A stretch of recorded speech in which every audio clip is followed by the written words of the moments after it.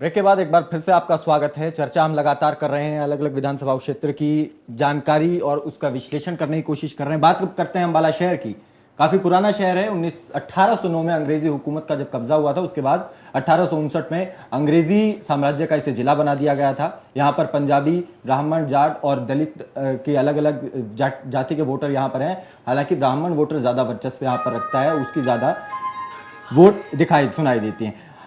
और इससे के अलावा बात करें, कांग्रेस का वर्चस्व यहां इस सीट पर ज्यादा रहा है इस सीट पर, लेकिन 1982 से इस सीट पर बीजेपी और कांग्रेस के बीच कड़ी टक्कर देखने को मिली है। 1982 के चुनाव से भाजपा यहां पर 4 बार जीती तो 3 बार कांग्रेस भी जीती। 2005 से कांग्रेस के विनोद शर्मा यहां से विधायक हैं, पर लोकसभा चुनाव से पहले कांग्रेस पार्टी छोड़ करके वो बाहर आ गए थे। हालांकि किसी दल ने उन्हें अपने में शामिल नहीं होने दिया। उसके बाद अब जिस तरीके से परिवेश बदल रहा है, राजनीतिक समीकरण बदल रहे हैं, उस पर जानने की कोशिश करते हैं। शंभू जी, मैं आपसे जानना चाहूंगा, अम्बाला शहर की जिस तरीके से बात की जाए, विनोद शर्मा ने अब कांग्रेस पार्टी तो छोड़ दी है। क्या जो उनके साथ मतदाता था वो कांग्रेस पार्टी का था या उनका खुद का ही वो मतदाता था, वो उनके साथ चला गया, या पार्टी पर कोई असर नहीं पड़ेगा? देखिए, पार्टी का पे तो असर तो पड़ता है। ऐसा नहीं है कि जो वोटर होते हैं वो हमेशा कैंडिडेट को ही चाहते हैं, ऐसा नहीं है। अच्छे कैंडिडेट हैं तो वो एक फैक्टर होता है, लेकिन पार्टी भी कैडर होती है, लोग पार्टी भी पसंद करते हैं। विनोद शर्मा जी वहाँ से लगातार जीतते रहे हैं और सालों से उन्होंने वहाँ काम भी किया है और सिटी में उनकी छवि अच्छी है। वहाँ पे एक विधायक के रूप में और एक मंत्री के रूप में उनकी कम से कम उस क्षेत्र में छवि अच्छी है। उनके हट जाने से निश्चित रूप से कांग्रेस को धक्का तो लगा है कि वहाँ पे उनके एक मजबूत कैंडिडेट वहाँ से निकल गए हैं, जो उनको वो सीट मिल सकती थी। कांग्रेस को धक्का देते हुए हजका के साथ उन्होंने थोड़ा प्रेम बढ़ाया। हाँ, हजका के साथ उन्होंने प्रेम बढ़ाया है। और इस बार के चुनाव में जो निश्चित रूप से जो है उनकी परीक्षा होगी, निर्णायक परीक्षा होगी कि एक नई पार्टी को हरियाणा की जनता पसंद करती है या नहीं करती है। उनकी अपनी भी परीक्षा है और उनकी अपनी पार्टी की भी परीक्षा है। लिटमस टेस्ट है सीधे तौर। और गठबंधन की भी शायद। कशिश जी, क्या लगता है, अब तो वहां पर भी वर्चस्व हजका का साथ साथ हो ही गया है? देखिए जी, विनोद शर्मा जी इस प्रदेश की राजनीति के बहुत ही कद्दावर नेता हैं और मैं मानता हूं कि कांग्रेस के उनके जाने से और हमारी पार्टी में आने से हमारी पार्टी का तो कद बहुत बड़ा ही है अम्बाला में, बल्कि कांग्रेस का कद काफ़ी नीचे हुआ है। इस बात को कोई डिनाई नहीं कर सकता है। और निश्चित रूप से जिस प्रकार से हमारा गठबंधन हुआ है, जिस प्रकार से अगर अम्बाला की सीट विनोद शर्मा जी लड़ते हैं तो निश्चित रूप से गठबंधन वहाँ पर जीत तय करेगा। यह मेरा दावा है आप लोगों से। और यह निश्चित रहेगा कि विनोद शर्मा जी के कार्यकर्ता जो हैं वो उनकी फुल सपोर्ट में रहते हैं और कांग्रेस की बजाय उनका जो पर्सनल वर्चस्व है वो पूरे हरियाणा में हमें काम आएगा। ना कि व्यक्तिगत वर्चस्व काम आएगा। मंजूर जी, क्या लगता है आपको, विनोद शर्मा जी का व्यक्तिगत जो वर्चस्व जो बात कर रहे हैं कशिश जी, क्या वो काम का आएगा या फिर कोई फर्क ज्यादा नहीं पड़ने वाला? हरियाणा की जो स्थिति है इस बार हमें थोड़ा सा अलग हटके देखना चाहिए इस चीज को। जो एक जन नेता है, मैं हर बार कई बार डिबेट में कह चुका हूं, मैं किसी का नाम नहीं लेना चाहता। कुछ नेता 3 जिलों में सिमटे हैं, कुछ नेता 2 जिलों में सिमटे हैं, कुछ नेता 1 जिलों में सिमटे हैं। लेकिन इस बार जो जनता है, जो जनता बिल्कुल परिवर्तन के मूड में है। जैसे हमारे शंभू जी ने पिछली सेशन में कहा ब्रेक से पहले कि हरियाणा की जनता अब उन चेहरों से उब चुकी है, अब उन मुद्दों से उब चुकी है। और सबसे जो एक इंपॉर्टेंट बात मैं आपको बताना चाहूंगा अम्बाला सिटी के बारे में, कि पूरे अम्बाला की जो अपनी लोकसभा सीट है उसमें से सबसे ज्यादा अगर युवा मतदाता है तो इस अम्बाला सिटी में है। और अम्बाला सिटी का जो युवा मतदाता है वो डिसाइडिंग है। और सबसे बड़ी विडंबना यह है कि अम्बाला सिटी में यूथ पढ़ता है और नौकरी के लिए जाता है जगाधरी, नौकरी के लिए जाता है चंडीगढ़, नौकरी के लिए जाता है यमुनानगर। आप ये देखिए, तो युवा के सामने जो सबसे बड़ा एक प्रश्न होता है वो होता है एक तो पहले शिक्षा का और उसके बाद रोजगार का। तो चलिए, शिक्षा की व्यवस्था वहां पर है अम्बाला में, लेकिन रोजगार के अवसर अम्बाला में नहीं है। और कहीं ना कहीं और आपने देखा होगा कि मोदी जी के साथ अगर हम लोकसभा इलेक्शन से और इस इलेक्शन की तुलना करें तो मोदी जी के साथ कहीं ना कहीं युवा खड़ा था। और अगर इस बार भी युवा अगर बदलाव चाहता है तो अम्बाला सिटी में सबसे ज्यादा फर्क पड़ेगा, क्योंकि युवा सबसे ज्यादा अम्बाला सिटी में है। अच्छा, लोकसभा चुनाव में भी हमने देखा भारतीय जनता पार्टी वहां से जीत करके, खैर लोकसभा से ही जीती है, इस विधानसभा से भी वो काफी ज्यादा मत लेकर के आई है। क्या लगता है आपको, इस बार बीजेपी वहां पर विनोद शर्मा का जो गढ़ है उसमें सेंध लगाने में कामयाब हो पाएगी? देखिए, विनोद शर्मा जी पिछले लगभग 9.5 साल हरियाणा के मुख्यमंत्री की यूं आरोप लगाया जाता है कि कल उन्हीं के कद्दावर नेता कह रहे थे कि किचन कैबिनेट के सदस्य थे।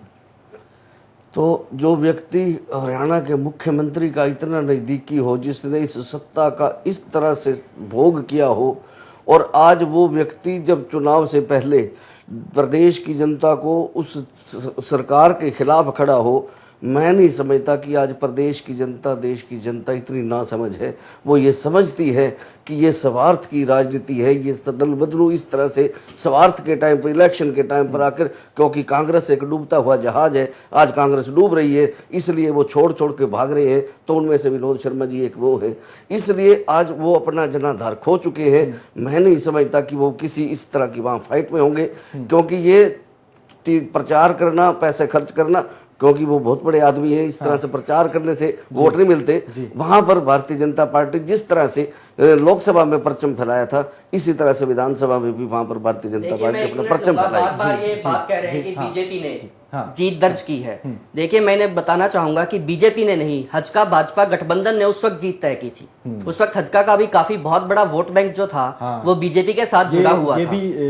ये अकेले अपनी आपकी जीत मानना इनकी बहुत बड़ी बेवकूफी कहूंगा मैं। इंटरेस्टिंग है कि कुलदीप हजका का हमारा गठबंधन था।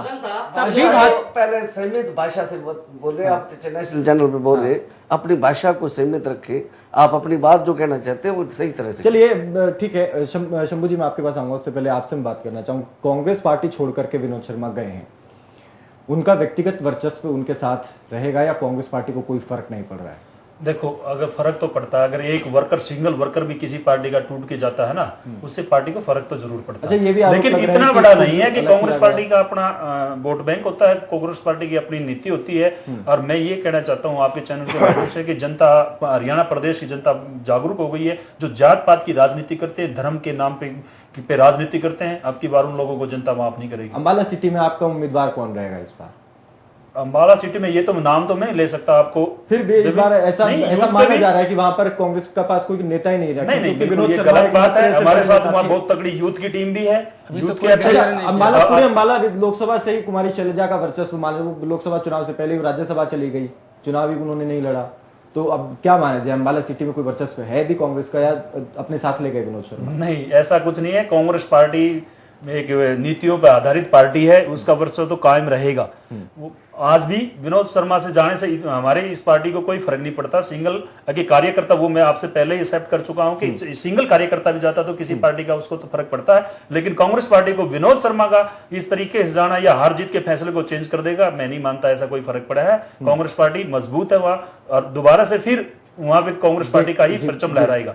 धर्मपाल जी, आपको क्या लगता है, क्योंकि आपकी पार्टी ने भी अभी तक उम्मीदवार वहां से कोई हमने ये सीट तो शिरोमणि अकाली दल को दे दी है। अच्छा, हमारा उनके साथ हरियाणा में अलायंस। अच्छा, ये भी एक बड़ा दिलचस्प है, इस पर भी मैं बात करूंगा। हाँ। और ये मेरा मानना है कि हम वहाँ बड़े अच्छे मार्जिन से इस बार वहाँ से जीतेंगे।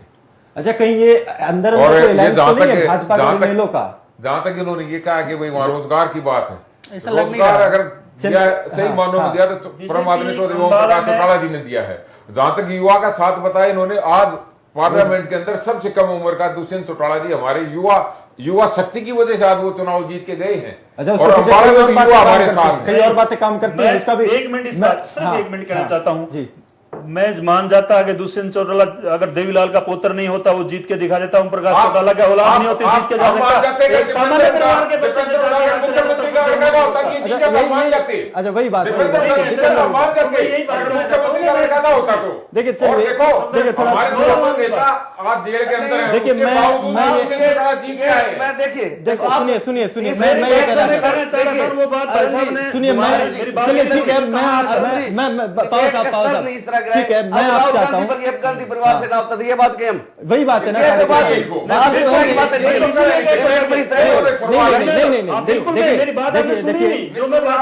चलिए मैं आपके पास आ रहा हूँ। एक बड़ा दिलचस्प सा एक बात निकल के आ रही है शंभू जी। अकाली दल के साथ इनेलो का गठबंधन हरियाणा में है और अकाली दल एनडीए का हिस्सा है।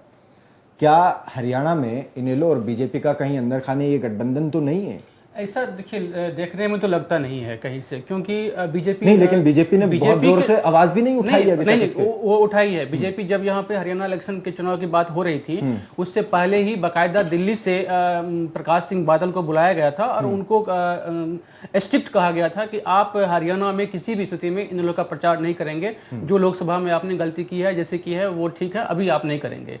उसके बाद भी ये इनेलो और इनके बीच में एक अंडर ट्यूनिंग है और मान लीजिए कैंडिडेट को छोड़ रहे हैं, वो अपना चुनाव एंट्री कर रहे हैं, तो निश्चित रूप से इसका जो पंजाब की जो गठबंधन है या बीजेपी इनसे नाराज तो रहती है, बीजेपी इनके हरकतों से नाराज रहती है, लेकिन उसका ये इंडिकेशन कहीं नहीं है कि इनेलो या बीजेपी में कहीं कोई अंडरस्टैंडिंग है अंदर खाने। लेकिन ये भी बात है कि बादल साहब ने कहा है कि हम तो ये हमारा पारिवारिक रिश्ता, हम प्रचार उनके लिए करेंगे, तो सीधा वो बीजेपी के लेकिन वो जाता है। वो नीतिगत तौर पे मना कर चुके हैं कि आप इनके लिए प्रचार ना कीजिए, कम से कम हरियाणा में। मतलब भारतीय जनता पार्टी ने तो मना किया है। हाँ, इस बार देखिए इस बार भारतीय जनता पार्टी को पूरा एक होप है कि हम हरियाणा में अपनी सत्ता ला सकते हैं और सभी नेता जी जान से जुटे हुए हैं, तो वो कहीं से भी ऐसा कोई रिस्क नहीं लेंगे। और खास करके जो इनेलो की समस्या है कि इनेलो के दोनों बड़े नेता जो कम से कम स्टेट में पहचाने जाते हैं, जिनके नाम से स्टेट में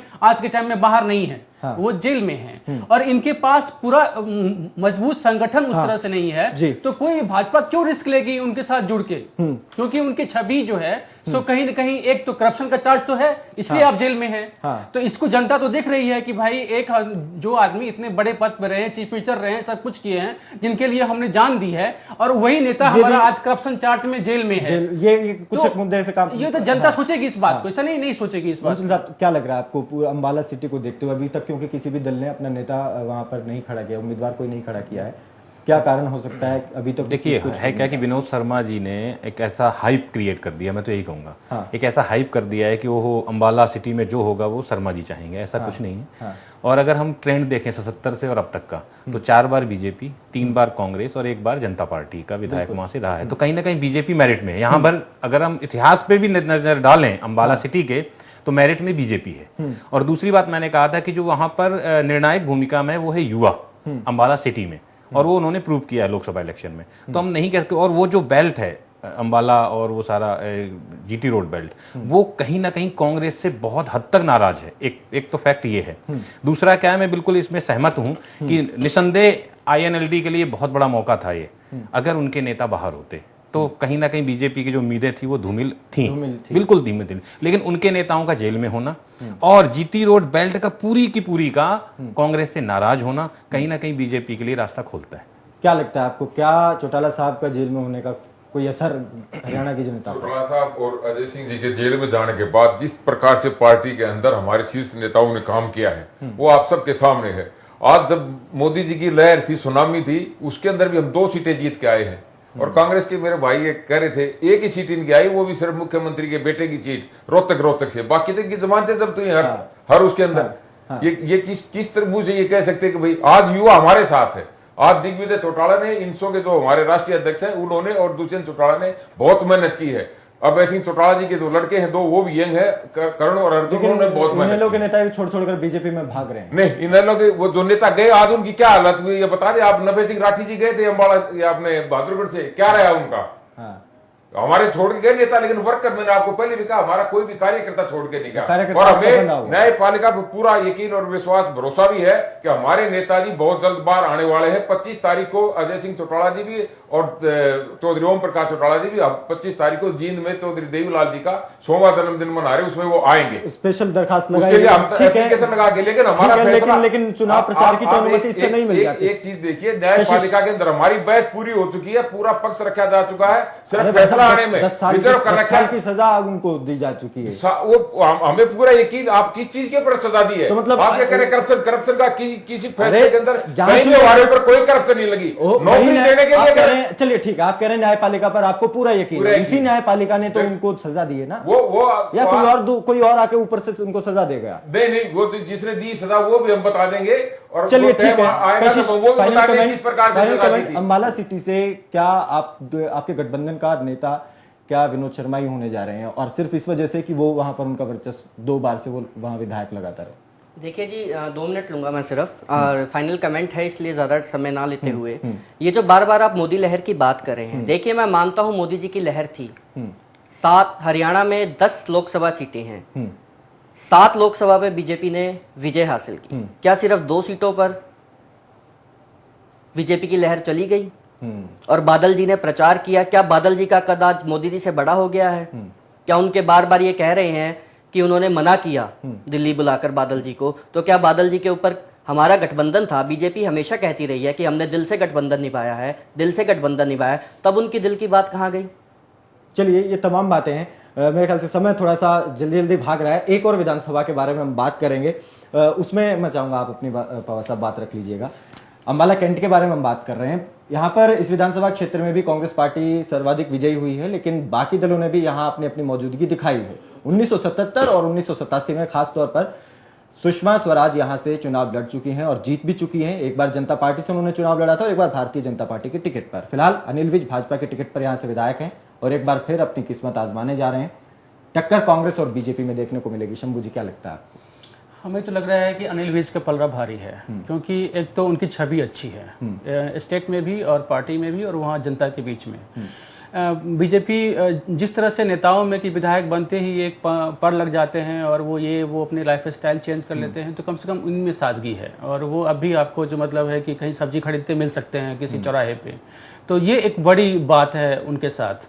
और आपको ये बड़ी एक दिलचस्प बात है कि पिछले चुनाव में कांग्रेस लहर के बीच वो अपनी सीट निकाले हैं। ये आप देखिए कि अनिल विज जी जो पूरे प्रदेश में कांग्रेस की लहर चल रही थी और सारे मैक्सिमम सीटें कांग्रेस के हाथ में थी, उस बीच में उन्होंने अपनी जीत दर्ज की है। और जिस तरह से अंबाला कैंट की जो पूरा जो इलाका है उस पे आप देखेंगे पिछले चुनाव को देखिए, लोकसभा चुनाव को, तो उसमें जो वोटिंग है वो लगभग सारे बूथ पे बीजेपी को ज्यादा सीट है। बिल्कुल। तो साहब क्या लग रहा है, क्या क्योंकि पॉजिटिव पॉजिटिव जा रहा है अनिल विज जी के, क्योंकि काम तो वो करवा नहीं पाए कुछ भी 5 साल। देखिए अरुण जी, मैं शंभू जी की बात से सहमत हूँ। आप तो हमारे प्रदेश में आप ये देखें कि अनिल विज जी जिस तरह से सादगी की प्रतिमूर्ति है, जिस तरह से जमीनी नेता जुड़े हुए हैं, आज इस कद्दावर नेता इस तरह का इतना संघर्ष करने के बाद आज उन्होंने जीवन में ये मुकाम हासिल किया है। आज वो देखें कि कहीं पर सुख दुख है, कहीं पर भी पार्टी में जिस तरह से देखिए वो पार्टी सत्ता में आएगी तो ये समझते हैं, परंतु जितने मुद्दे पूरे हरियाणा में अनिल विज जी ने उठाए हैं, चाहे विधानसभा में हो चाहे वहां पर अंबाला कैंट में हो, आप देखें पूरे हरियाणा में भी इतने मुद्दे किसी भी नेता ने नहीं उठाए। क्या आप ये मानते हैं कि सरकार में नहीं थे इस वजह से काम नहीं कर रहा? सरकार की वजह से, सरकार की नाकामी है। सरकार के ऊपर पक्षपात के आरोप क्यों लग रहे हैं? जगह जगह सरकार के आरोप इसलिए लगते हैं, सरकार ने अगर सभी जिला के समान विकास किया होता तो इस तरह की नौबत नहीं आती। सरकार के लिए जिसके सरकार एक राजा होता है मुख्यमंत्री प्रदेश में, उसे समान विकास। इजाजत आगे नहीं दे रहा, फाइनल कमेंट एक एक करके आपसे पहले आप जवाब दे दीजिए। वैसे तो कांग्रेस जो है कभी चरित्रहीन की राजनीति नहीं करती, वो विकास की बात करती है, मुद्दों की राजनीति करती है। लेकिन सादगी की बात आई है तो मैं कुछ अनिल विज के बारे में कहना चाहता हूँ कि जो व्यक्ति विदेश में रहना पसंद करता है, इंग्लैंड में रहना पसंद करता है, उसको सादगी कैसे विदेश में तो रहना हुड्डा साहब भी पसंद करते हैं? नहीं, बिल्कुल नहीं, बिल्कुल भी नहीं। वो तो लोगों के बीच में रहते हैं। उसको इंग्लैंड का खाना पसंद है, उसको रहना सहना पसंद है। जिसको हमारा कल्चर पसंद नहीं करता, वो कल्चर अनिल विज को पसंद है, तो उसको आप सादगी कैसे मान सकते हो? चलिए वो आप पर्सनल आप बात कर रहे हैं, लेकिन सरकार वहां पर भारतीय जनता पार्टी के विधायक है, तो सरकार ने वहां पर काम क्यों नहीं करवाया? सिर्फ इस वजह से कि आप जनता ने कांग्रेस पार्टी के विधायक को नहीं, ऐसी बात नहीं है। आप देखिए फ्लाईओवर पे जाइए, आप जहां से निकलते हो ना, आप कैंट से आप गुजर के देखो, कौन कह देगा? सिंगल व्यक्ति ये नहीं कह सकता। National highway authority of India द्वारा बनाई गई सड़कें हैं, नहीं, सरकार का सहयोग नहीं है क्या? 10 साल पहले, अभी तो सरकार 3 महीने हुए हैं। एक मिनट मेरी बात, जो विधानसभा वाली जो मेन मुद्दा था, वहां 1,40,000 पिछली बार वोटिंग थी, अब की बार कुछ बढ़ गई होगी। कैंट की जो बात है, 1 लाख समथिंग कुछ वोट पोलिंग हुई थी, जिसमें अनिल विज जी को 49,000 प्लस वोटिंग हुई थी। और कांग्रेस का जो मेरे ख्याल में पूर्व मंत्री निर्मल सिंह था शायद, उसको 43,000 प्लस इतनी वोटें मिली थी। तो अब की बार जो है हमने जो विकास किया और उसके बाद अब की बार जनता ने मन बना लिया कि कांग्रेस को ही कैंट में लाएंगे। फाइनल अनिल विज जी विधायक थे हमारे साथ जब 2000 में हमारी सरकार थी, चौटाला साहब मुख्यमंत्री थे उस टाइम। अनिल विज जी ने बहुत काम कराए हैं अम्बाला में और ये बहुत बढ़िया आदमी है। डॉक्टर मंगल सेन के बाद अगर बीजेपी में कोई नेता हरियाणा प्रदेश में ऊपर है तो वो अनिल विज जी है। कटाक्ष कर रहे हैं, तारीफ कर रहे हैं? कटाक्ष नहीं, मैं उनकी तारीफ इसलिए कर रहा हूं, वो आदमी ठीक है। अब सरकार कांग्रेस की थी, वहां आपके कृष्णपाल गुर्जर जी ने बहुत काम कराए हैं फरीदाबाद में, रामविलास शर्मा जी ने बहुत काम कराए हैं। ठीक है, कृष्णपाल गुर्जर जी ने पता नहीं कितने सीलियों कराए हैं मिलकर मुख्यमंत्री। इस तरह का आरोप आप इस तरह का आरोप इस तरह का बिना किसी प्रमाण के आप इस तरह का आरोप लगा रहे हैं, आप इसकी जवाबदेही दें। आप बिना प्रमाण पे इस तरह की बात कहना, एक इस तरह की बात कहना कि कोई किसी के व्यक्तिगत किसी तरह के आप बिना प्रमाण के आरोप लगाना, मैं समय इजाजत नहीं दे रहा। मैं माफी चाहूंगा। नहीं बिल्कुल भी नहीं नरेश जी, मैं बिल्कुल नहीं। कशिश एक बिल्कुल फाइनल। देखिए जी, हमारा गठबंधन है जनचेतना जी के, जनचेतना पार्टी अम्बाला कैंट में आपका गठबंधन का, अगर कुलदीप बिश्नोई जी और विनोद शर्मा जी की सहमति से विनोद शर्मा जी वहां लड़ते हैं तो हमें भी फायदा मिलेगा, मैं मानता हूं इस बात को। और निश्चित रूप से मंजुल जी, पूरा विधानसभा को देखते हुए फाइनल कमेंट आपको देखिए, मैं इतना ही कहूंगा, अनिल विज जी की जो छवि है और हरियाणा की जनता का जो मिजाज है वो कहीं ना कहीं उस छवि से मैच खाता है। वो दबंग है, वो अपनी बात दबंगई से रखते हैं, वो हिचकते नहीं है, वो डरते नहीं है। और मुझे लगता है कि जो छवि, जैसा छवि का नेता जनता चाहती है, मुझे लगता है अनिल विज जी उस पैमाने में खरे उतरते हैं। तो चलिए, ये रही बात अम्बाला कैंट की। आप लोगों का बहुत बहुत शुक्रिया चर्चा में शामिल होने के लिए और इस विश्लेषण के लिए। जनता के सामने जो एक विश्लेषण रखा गया है, 3 विधानसभाओं की हमने बात की। कल फिर हम बात करेंगे अम्बाला लोकसभा में जितने भी बाकी विधानसभाएं हैं, उसके बाद हर रोज हम इस तरीके से विधानसभाओं का एक विश्लेषण आप लोगों के सामने रखेंगे और जानने की कोशिश करेंगे कि जितनी भी बातें हो रही हैं, राजनीतिक समीकरण जो बन रहे हैं जमीनी स्तर पर, उसका क्या प्रभाव पड़ रहा है, क्या असर हो रहा है और जनता का रुख किस तरफ जा रहा है। फिलहाल आप लोगों का भी बहुत बहुत शुक्रिया चर्चा में को देखने के लिए। दीजिए इजाजत, नमस्कार।